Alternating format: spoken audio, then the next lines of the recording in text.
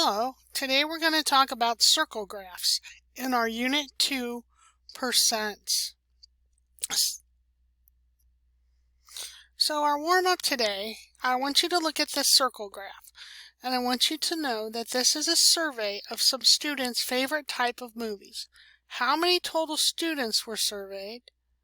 What percent liked action movies the best? So you can look at this graph and you can see that it says favorite type of movie. Okay, sci-fi had 4 people, 20%. Drama, 1 person, 5%. Romance, 6 people, 30%. Comedy, 4 people, 20%. And action, we don't know, 5 people. What percentage is that? Well, it's asking us how many total students were surveyed, so we just have to add up 4 plus 1 plus 6 plus 5 plus 4. So what is that? 10, 15, 16, 20. There were 20 total students. And we got that just from the circle graph and the information in the labels. And it said what percent liked action movies the best. Well, 5 out of 20, we're setting up our ratio. 5 out of 20, that reduces to 1/4 or 25%. 25%. 25% of the people liked action movies the best. We're going to learn a little bit more about our circle graphs and how to set them up and how to read them. So our learning target today is, I can interpret a circle graph to solve problems. I want you to think of a circle graph as shaped as a circle. It's kind of like this pie here, and it's divided into what we call sectors. Sectors. All right, that's an important word to remember. Sectors can be different sizes. All sectors together make a whole circle. All pieces of a pie make up the whole pie. So that's what you can think of. Each one of these pieces is a sector. And look how they're different pieces, different sizes. They all represent a certain amount of the pie. Well, just like a pie, a circle graph can show the value of each sector or the percentage of each sector. So let's look at these two graphs. One says they both are for favorite music, but one shows the number of people who liked each type of music: rock, country, pop, hip-hop, and jazz. But the other one shows the percentage of the people out of 100. Remember, this is all out of 100 who liked each type of music. So we know it says 120 people were surveyed about their favorite types of music. We're going to look at these graphs and answer these questions. 1, 2, 3. How many people chose rock or pop? How many people? So we're going to look at graph number 1, because graph number 1 shows the people. Well, how many people choose rock or pop? Well, here's rock right here, and here's pop here. So if we add these two numbers together, 18 plus 30, we're going to get 48 total people. Okay, that's for number 1. Number 2, what percentage of people chose country? Well, I'm going to look at graph number 2 because that shows percentages out of 100, and I'm going to look at the country sector. Well, that's right here. So the country sector says 35 people liked country. So that's 35% out of 100. Remember, 35% is always out of 100. Now, question number 3 says, what percent of people chose jazz? Well, again, I'm going to look at graph number 2 for the percentage, and I'm going to look for jazz. Jazz is right here. It says 15% of the people liked jazz. So that's how you can read a circle graph. You can it's either represented in number of people or percentages or both. So let's look at this circle graph. A circle graph is often used to show how a set of data is broken into categories. Remember, the entire graph represents 100% of the data. Each sector represents a category that is part of the data. You can use what you know about percentages to solve problems involving circle graphs. So we're going to look at this food at the movies. This always has a title and it tells you what this circle graph is measuring. So it must have been a survey of people who had gone to the movies and they asked them what they bought to eat. So we have popcorn, candy, nachos, ice cream, and other. So we're going to look at this a little more closely. We know if we read the up here, 50 students were surveyed about what they purchased to eat when they went to the movies. So we know that there's 50 students. The results of the survey are displayed in the circle graph. We need to know how many students ate popcorn. Okay, so look at here. These are representations that each sector is a percentage. So we're asked how many students. We need to find the part. Okay, this is the part. How many students? We know that there's a total of 50 students. That's our whole. And we know, if we look how many ate popcorn, well, we're going to look at this sector here. 36 students ate popcorn, 36%. All right? So we have all the parts of the equation that we need to figure out how many students ate popcorn. The first thing we have to do is change our 36% to a decimal, right? We start here and we bunny hop 2 spaces to the left. So we know that our percent is 0.36, 36 hundredths. That's our percent. Let's look at our equation. Part equals percent times whole. Our part is 50, right? Is another name to write equals. Percent is 0.36, and we're trying to find the whole. Oh, no. I'm sorry. We're trying to find the part. Oh my goodness. We're trying to find the part. My bad. Oh, Mrs. Kreider messed up. We don't know. We know the whole. The whole is 50 times 50. See what happens? We don't know the part. So that's going to be our variable. See? Until I started talking it through and putting it into the equation, I could have really done a bad mistake. So we'll try to find the part. So now our equation just says 36 hundredths times 50. So if I put that into my calculator, you can't forget the 0.36, and multiply it by 50, I get 18x equals 18 students. So we know that out of the 50 students, 18 of them ate popcorn. Okay? Easy peasy. Number 2 says how many students ate ice cream. So again, we have to find how many students ate ice cream.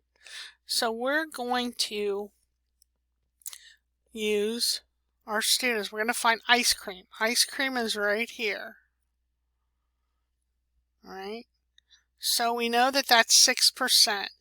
Now we have to change that to a decimal first, right? So I'm going to bunny hop. I don't have enough zeros, so I'm going to add a 0. Now I'm going to bunny hop. 1, 2, right there. So there's our decimal number for our percent. We know that 50 whole students, we don't know our part, equals percent 0.06 times 50, because 50, it's still 50 students that were surveyed, because that's what our original problem says. If I multiply this together, I'm going to get x equals, I believe it's 30, 50 times 0.06. No, it's only 3. Ooh, it's a good thing I put it in my calculator. So 3 students ate ice cream. And look, that's the smallest part of our sector, isn't it? Our smallest sector. So there's only 3 students that ate ice cream. And look how small that sector is compared to the other things that we have there. Okay, so that's how we figure if we're given the percentage and the total number of students surveyed, we can figure out the number of every single sector of people that ate the different types of food. So let's try another one. Here's another one.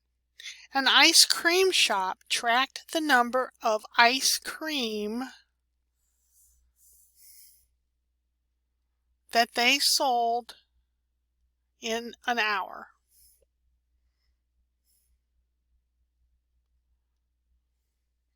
The results are shown in the circle graph.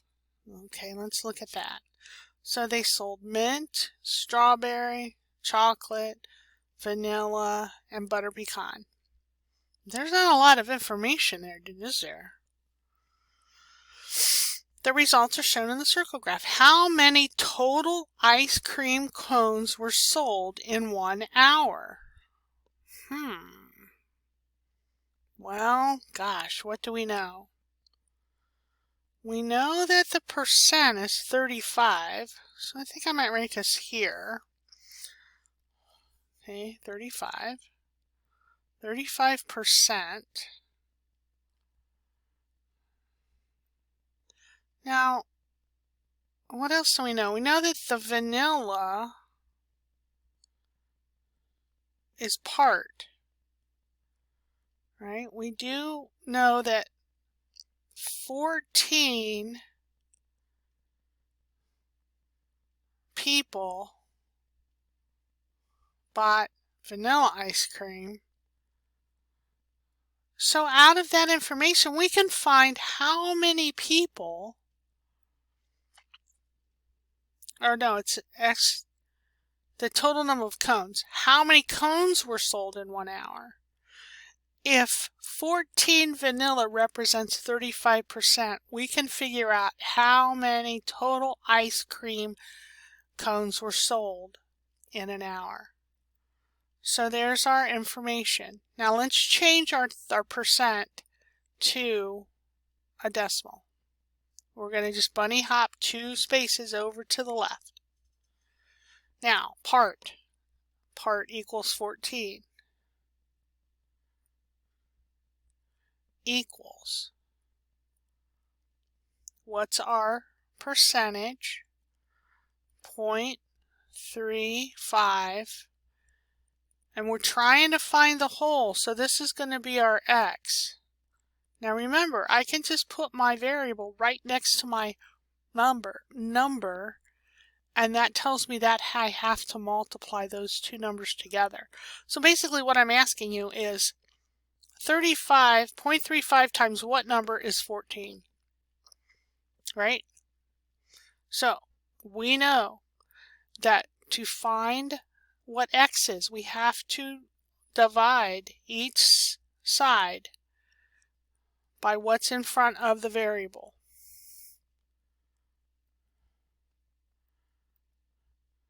I know that this is 1, that equals x then, 1x. And if I divide 14 divided by 0.35, I should get 40 cones. So 40 cones were sold in 1 hour. If you just put down what you know here, and then follow your equation, part equals percent times whole, you're going to be good. I think we can do one more. Let's see. Well, do I have another one? Yes, I do, right here. Okay, a circle graph shows the results of a survey asking people to state their favorite types of novels. How many people were surveyed? Okay, this is what we need to know. How many people were surveyed? How many people said fantasy novels were their favorite? Well, let's figure out how many people were surveyed first. So that's our whole. We don't know what this is, so we're going to make it our variable, right? Well, let's look at our graph and see what we do know. Well, we know that 45% of the people said they liked mystery, and that represents 36 people. So our percent is 45%, and that represents 36 people. Well, so let's change our percent to a decimal. I bunny hop it over 2 spaces to the left, 0.45. And let's fill in our equation. Our part is 36 equals the percent, 0.45, and we don't know the whole. We're going to put that as x. I can do that. So I just divide both sides by 0.45.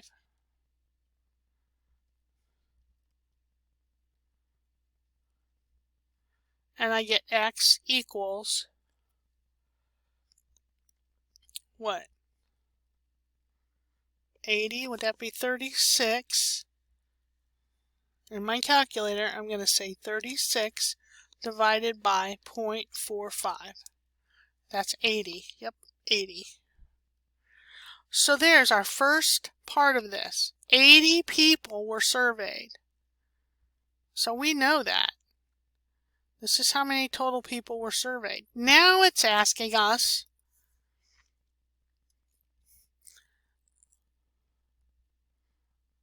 how many people said fantasy novels were their favorite. Well, let's look at fantasy, and that's 30%. So we have to think about what is 30% of 80? Because if 80 is our whole, we don't know our percent. All we have to think about is 30% of 80. So 30% of 80. So we can just change our percent to a decimal.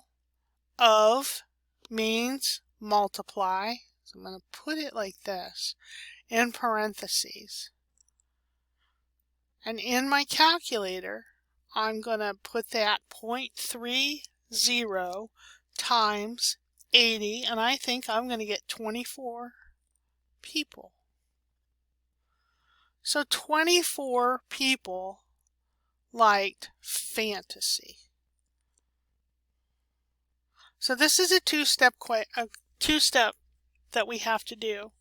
One was to find the total number of people surveyed, because we didn't have enough information to figure out how many people liked fantasy until we found how many people were surveyed. Okay? All right. So now I want to ask you a couple of questions. Let's look at these circle graphs. Michael surveyed 40 of his friends to determine their favorite season. His data shows that 50% said summer, 20% said winter, and 5% said fall, and the rest said spring.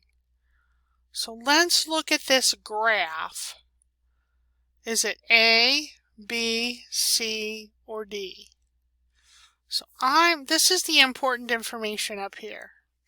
Okay, it's the 50% said summer, 20 said winter, 5% said fall. So that's the smallest part, maybe, right? And the rest said spring. So which one of these sectors are going to be our biggest sector? Well, summer, because it's 50%. That has most of the data.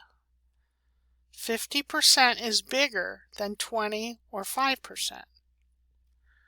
So we should look for a graph that has the biggest part of the graph as summer and the smallest part of the graph is fall. Because look, fall is just 5%.